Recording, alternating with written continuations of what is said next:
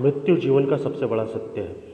मरने के बाद मनुष्य की आत्मा को यमलोक तक पहुंचने के लिए कई प्रकार की मुसीबतों का सामना करना पड़ता है।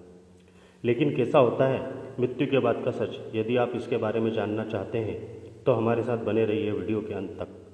अगर आपने हमारा चैनल अभी तक सब्सक्राइब नहीं किया है तो तुरंत सब्सक्राइब करें और बेल आइकन को दबाना ना भूलें ताकि हमारी लेटेस्ट वीडियो आपके पास सबसे पहले पहुंच सके। आज हम आपको बताने जा रहे हैं मृत्यु के बाद का सच। तो चलिए जानते हैं। मृत्यु एक अटल सत्य है जिसे कोई भी झुठला नहीं सकता। हिंदू धर्म के अनुसार मृत्यु के बाद मनुष्य को दो लोकों की प्राप्ति होती है, या वह स्वर्गलोक हो सकता है या नरकलोक। पुराणों में लिखा है जो भी मनुष्य अच्छे कर्म करता है उसको लेने देवदूत आते हैं और उसे स्वर्गलोक ले जा, जबकि जो मनुष्य जीवन भर बुरे कर्म करता है उसके अंत समय में यमदूत आते हैं और उसे नरकलोक ले जाते हैं।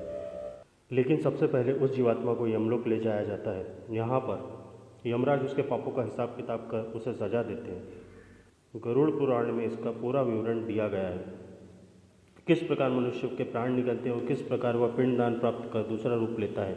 माना जाता है कि जिस मनुष्य की मृत्यु होने वाली होती है अंत समय उसे दिव्य दृष्टि उत्पन्न होती है। बहुत बोलने की इच्छा होने पर भी वह बोल नहीं पाता, जिसके बाद वह पूरे संसार को एक समान दिखता है।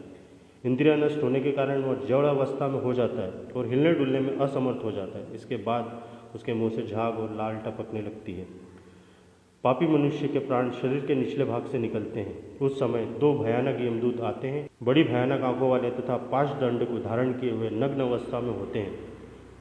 इतने भयानक मुंह वाले यमदूतों को देखकर मनुष्य के मल मूत्र त्याग करने लग जाता है। उस समय प्राण शरीर के निचले हिस्से से निकलने लगते हैं, जिसे यमदूत पकड़ लेते हैं। यमदूत उस व्यक्ति के प्राणों को गले में रस्सी बांधकर उसी क्षण यमलोक ले जाते हैं। जैसे कोई जानवर को रस्सी से बांधकर ले जाया जाता है, उसी प्रकार दंडनीय जीवात्मा को ले जाते हैं। उस पापी जीवात्मा को थकने पर भी आराम करने नहीं दिया जाता।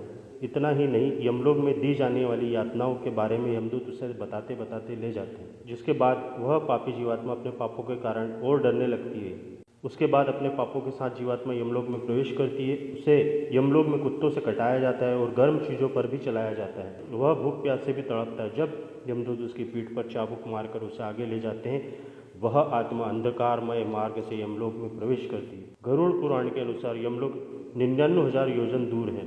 भयानक नरक यातना पाकर जीवात्मा यम से आज्ञा पाकर कुछ देर के लिए आकाश मार्ग से होती हुई अपने घर को आती है।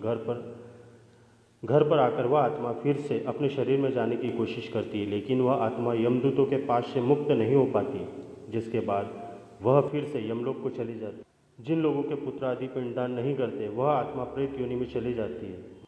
गरुड़ पुराण के अनुसार 10 दिनों तक पिंडदान अवश्य करना चाहिए। उस पिंडदान के प्रतिदिन 4 भाग होते हैं। उसमें से 2 भाग पंच महाभूत की पुष्टि के लिए होते हैं, तीसरा भाग यमदूत का होता है और चौथा भाग प्रेत खाता है। 9वें दिन पिंडदान करने से प्रेत का शरीर बनता है। 10वें दिन पिंडदान करने से उस प्रेत को चलने की शक्ति प्राप्त होती है। गरुड़ पुराण के अनुसार शरीर को जलाने के बाद फिर से हाथ के बराबर का शरीर उत्पन्न होता है। वही यमलोक के मार्ग में शुभ और अशुभ फल को भोगता है।